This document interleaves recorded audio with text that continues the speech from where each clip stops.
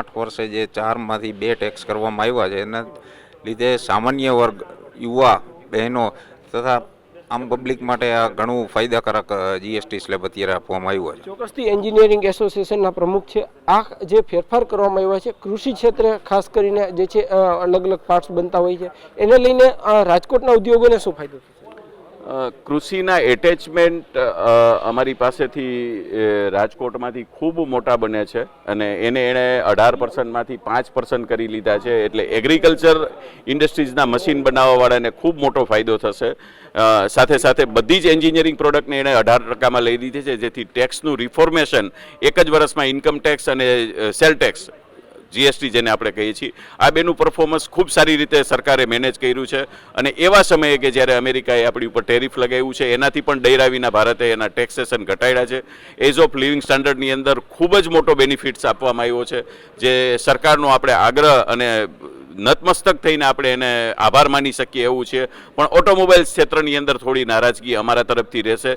2 wheeler જેવા જે 100 સીસીથી નાના એન્જિનો છે, જે આજના જીવન જરૂરિયાતની વસ્તુ છે, એને 5%માં રાખવાતા માત્ર આ એન્જિન અત્યારે જીવન જરૂરિયાતની વસ્તુ માટે જ હોવા જોઈએ, આવી એક જરૂરિયાત છે. અને 1200 સીસીથી મોટા એન્જિન એણે સુપર લક્ઝરિયસ 40%માં લીધા છે, જે એક ખૂબ ખોટી વાત છે. જે કમસે કમ 2000 સીસી સુધીના એન્જિનોને એણે લક્ઝરિયસમાં લેવા જોઈએ. એટલે મારી સરકારને પણ વિનંતી હશે કે આ સ્લેબને ઘટાડી અને 2000 સીસી સુધીનાને 18%ની અંદર લઈ જાઓ, એવી અમારી વિનંતી છે.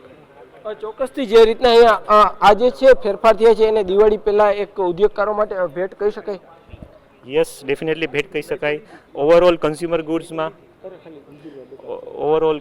ગુડ્સમાં, એજ્યુકેશનમાં, હેલ્થ ઇન્સ્યોરન્સ, હેલ્થ સેક્ટર્સમાં જે રેટમાં રિડક્શન થયું છે, ઓવરઓલ કન્ઝ્યુમર્સને સસ્તું જ પડવાનું છે અને એ પોઝિટિવ લેશે જ માણસો. ખાસ કરીને જ્યારે ટેરિફનો જે મુદ્દો અત્યારે ઉઠ્યો છે ત્યારે કેટલી રાહત કહી શકાય? ટેરિફ આ એક આપણે અત્યારે જે ટ્રમ્પના ટેરિફની વાત ચાલે છે એનું કાઉન્ટર જ આપણે ગણી શકીએ. આપણે આપણી ઇકોનોમી ડોમેસ્ટિક કન્ઝપ્શન જ એટલું છે કે આપણે એટલું ડિપેન્ડન્ટ નથી આપણા આઉટર કન્ટ્રીઝ માટે.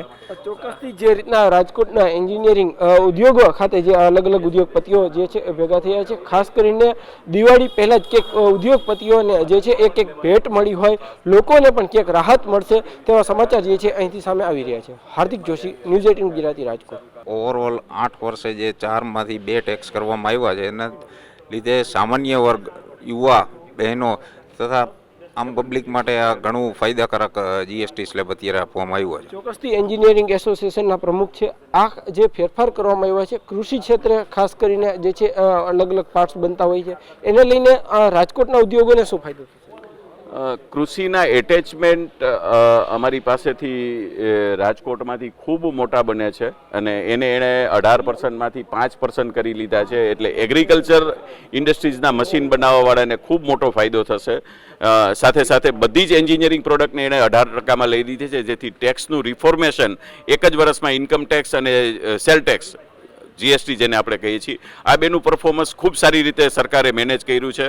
અને એવા સમયે કે જ્યારે અમેરિકાએ આપણી ઉપર ટેરિફ લગાવ્યું છે એનાથી પણ ડૈરા વિના ભારતે એના ટેક્સેશન ઘટાડ્યા છે. એઝ ઓફ લિવિંગ સ્ટાન્ડર્ડની અંદર ખૂબ જ મોટો બેનિફિટ્સ આપવામાં આવ્યો છે, જે સરકારનો આપણે આગ્રહ અને નતમસ્તક થઈને આપણે એને આભાર માની શકીએ એવું છે. પણ ઓટોમોબાઈલ ક્ષેત્રની અંદર થોડી નારાજગી અમારા તરફથી રહેશે.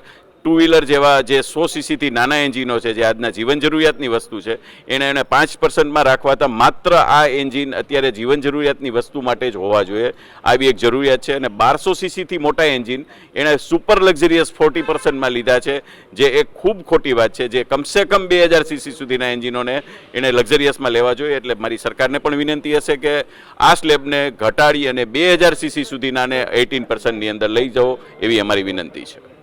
ચોક્કસથી જે રીતના અહીંયા આજે છે ફેરફાર થયા છે એને દિવાળી પહેલા એક ઉદ્યોગકારો માટે ભેટ કહી શકાય? યસ, ડેફિનેટલી ભેટ કહી શકાય. ઓવરઓલ કન્ઝ્યુમર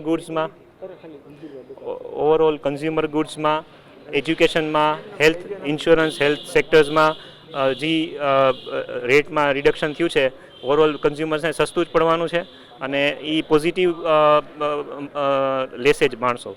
ખાસ કરીને જ્યારે ટેરિફનો જે મુદ્દો અત્યારે ઉઠ્યો છે ત્યારે કેટલી રાહત કહી શકાય? ટેરિફ આ એક આપણે અત્યારે જે ટ્રમ્પના ટેરિફની વાત ચાલે છે એનું કાઉન્ટર જ આપણે ગણી શકીએ. આપણે આપણી ઇકોનોમી ડોમેસ્ટિક કન્ઝપ્શન જ એટલું છે કે આપણે એટલું ડિપેન્ડન્ટ નથી આપણા આઉટર કન્ટ્રીઝ માટે.